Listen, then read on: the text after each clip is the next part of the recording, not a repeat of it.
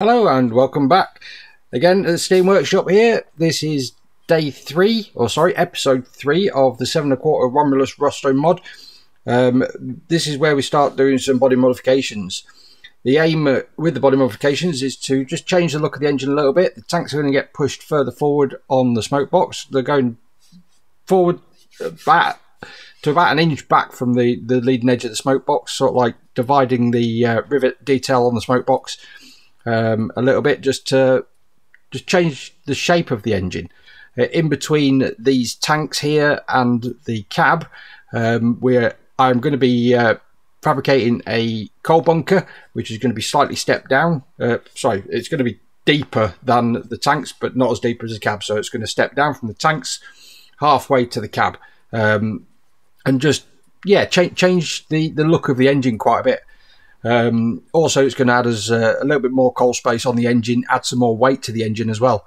Between the frames on the engine, there was a big roll of lead which weighed about 15 kilos, which is there to weigh the engine down a little bit, and I reckon I can get about 15 kilos worth of coal in the bunker that I'm going to be making.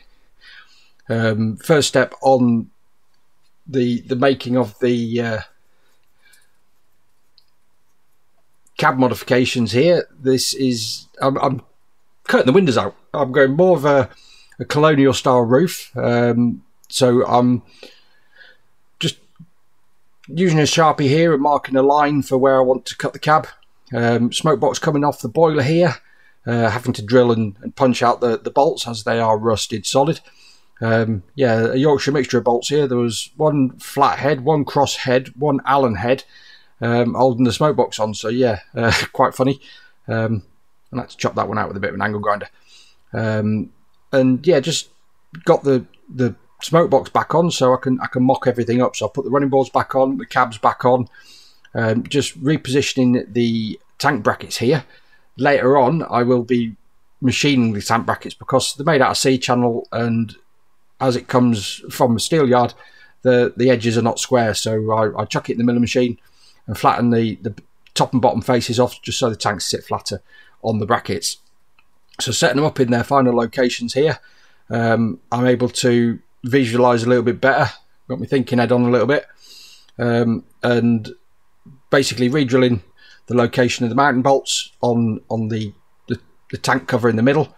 So I've got a perfect spacing for the tanks. They're matched going forwards. It then gives me my measurements at the back for when it comes to me building the coal space that's going to go in between the two. Now I'm cutting out the windows here. I do really enjoy cutting curves into flat plate. It is a little bit of a skill, and a skill I think I've relatively mastered.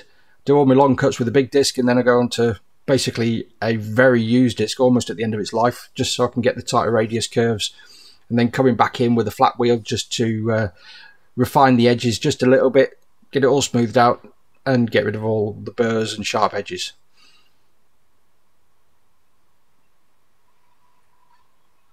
A happy accident here, really. The lines on the leftover bit in the middle of the cab, it matches the smoke box, and a little bit of a whistle bracket going on here.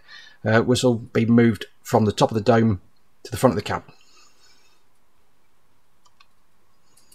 And that brings us to the end of episode 3. The body modification is going down lovely, really starting to take shape now. Next episode, on with the coal bunker, and then the line of the engine shall be complete. Thank you very much for watching. Please like, comment and subscribe, and I'll see you in the next episode.